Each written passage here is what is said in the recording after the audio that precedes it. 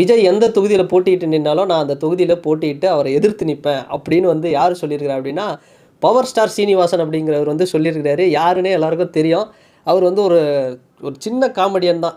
நிறைய காமெடியெல்லாம் வந்து பெருசாக நம்ம வந்து விவேக் சார் மாதிரியோ இல்லை பெரிய லெவலில் சந்தானம் மாதிரியெல்லாம் கிடையாது. ஒரு சின்ன சின்ன காமெடி பண்ணக்கூடியவர் தான்.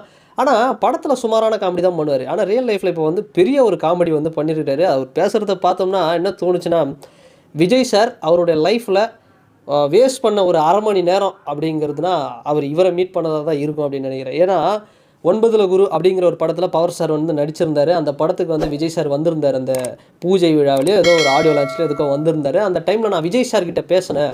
அவர் வந்து என்ன சொல்கிறாருன்னா, சார் உங்களுக்கு வந்து என் பையன் ஃபேன் சார் அப்படின்னு விஜய் சார் சொன்னாராம். சரி, சொன்னது இருக்கட்டும். அது வந்து ஒரு காமெடிக்காக இல்லை ஒரு ஒரு நகைச்சுவை நடிகர் அப்படின்னு வந்து சொல்லியிருக்கலாம். இந்த வீடியோவை நீங்கள் ஃபுல்லாக பார்க்கணும் அப்படின்னா யூடியூப்ல சச்சின் சொசைட்டி யூடியூப் சேனல்னு டைப் பண்ணுங்க. அண்ட் இது வரைக்கும் சப்ஸ்கிரைப் பண்ணாமல் இருந்தீங்கன்னா நம்ம சேனலுக்கு நீங்கள் சப்ஸ்கிரைப் பண்ணி வச்சுக்கோங்க. அண்ட் தொடர்ந்து நம்ம சேனலுக்கு ஆதரவு கொடுத்துட்டே இருங்க.